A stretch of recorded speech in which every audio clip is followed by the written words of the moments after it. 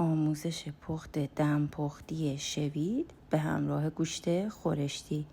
برای ابتدای کار داخل قابلمه یک پیاز متوسط رو رنده کنین.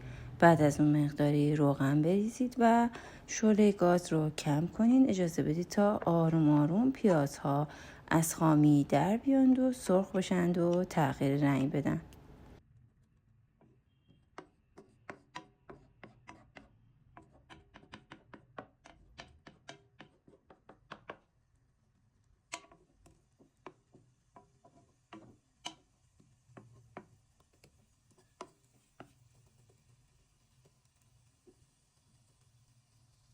هر از چندگاهی پیازها رو تفت بدید تا پیازها کاملا یک دست و یک نواخت سرخ بشن و تغییر رنگ بدن.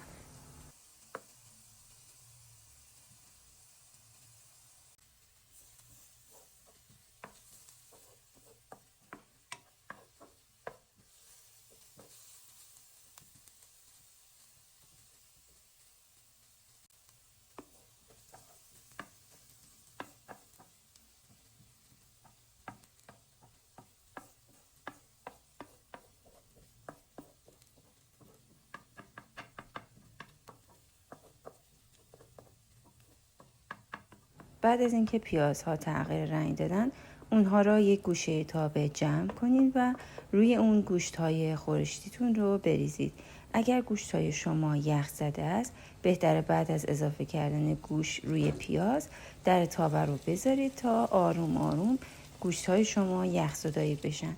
شعله گاز باید کم باشه.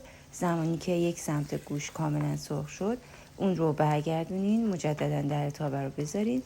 اجازه بدید تا سمت دیگه گوشت هم یخزدایی بشه و آروم آروم بافت‌های گوشت خورشتی شما از همدیگه جدا بشه.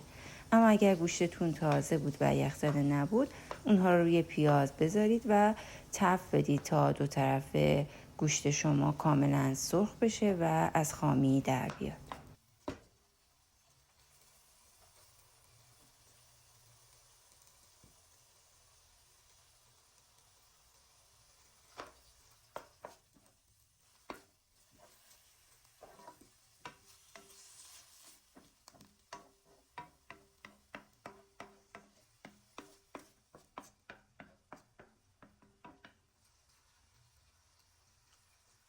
زمانی که دو سمت گوشت‌های خورشتی شما سرخ شدن و بافت‌های گوشت شما از هم جدا شدن، نوبت اضافه کردن ادویه‌جات به غذامونه.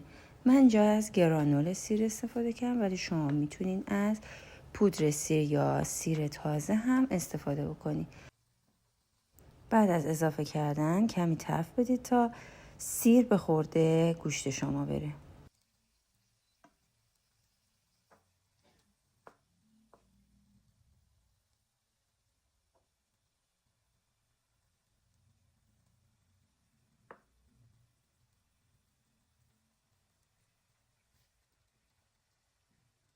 بعد از گذشته چند دقیقه باید بقیه ادویه‌جات رو به غذا اضافه کنیم. من اینجا از فلفل قرمز، فلفل سیاه، دارچین، ادویه کاری، زردچوبه، پودر زیره استفاده کردم که شما به سلیقه خودتون هر ادویه‌ای که دوست دارید به غذا اضافه کنید و بعد از اون تفت بدید تا گوشت شما مزه‌دار بشه و ادویه‌جات شما از خامی در بیان.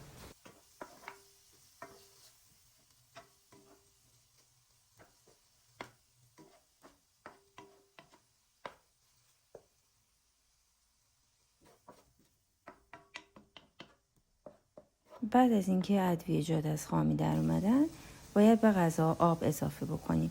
من اینجا مقداری زعفرون دم کرده هم به غذا اضافه کردم تا عطر طعم بهتری بگیره. بعد از اون به غذا آب اضافه کردم. میزان آبی که باید به غذا اضافه بکنیم به میزانی باشه که روی سطح گوشت شما رو آب بگیره. 1 ساعتی باید به گوشت اجازه بدید تا کاملا نرم بشه و از حالت خامی در بیاد. هر چندگاهی در تابه رو بردارید، چک کنین که آب داخل تابه بخار نشه و اگر نیاز بود مجددا به غذا آب اضافه کنید. چک کنین هر زمان که گوشت کاملا پخته شده بود و نرم بود نوبت اضافه کردن برنج به مایه گوشتمون هست. دقت کنین قبل از اضافه کردن برنج باید چک بکنین که آبی که داخل قابلمه هست به اندازه 1 بند انگشت از روی سطح برنج شما باشه. اگر آب برنج زیاد بود اجازه بدید تا آبش کمی کشیده بشه و اگر کم بود باید آب اضافه بکنید و شعله گاز رو زیاد کنید تا آب کاملا به جوش بیاد. قبل از اینکه برنج رو اضافه کنید نمک رو به غذا اضافه بکنید تا در حین پخت نمک به خورده غذای شما بره. برنج هایی که از 1 ساعت پیش خیس خورده رو آب کشی کنید و به آب در حال جوش اضافه کنید. شعله گاز رو زیاد کنید.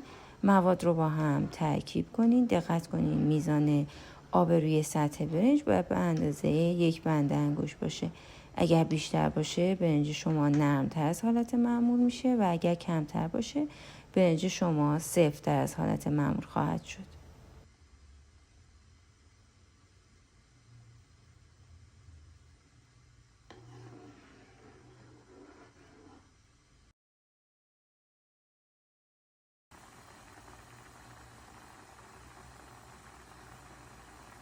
اجازه بده تا با شعله زیاد آب روی سطح برنج شما کاملا تبخیر بشه و روی برنج شما حباب تشکیل بشه.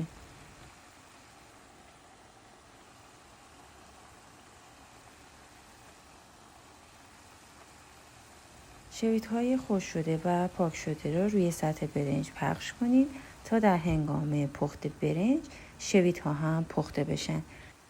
در تابه رو بذارید اجازه بدید تا 1 دقیقه داخل قابلمه بخار تشکیل بشه.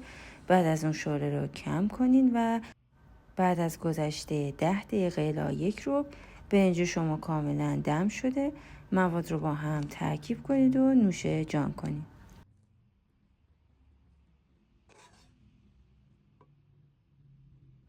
خوشحال میشیم کانال ما رو دنبال کنید و از این طریق از ما حمایت کنید. زندگیتون پربرکت، روز بخیر و خدا نگهدار.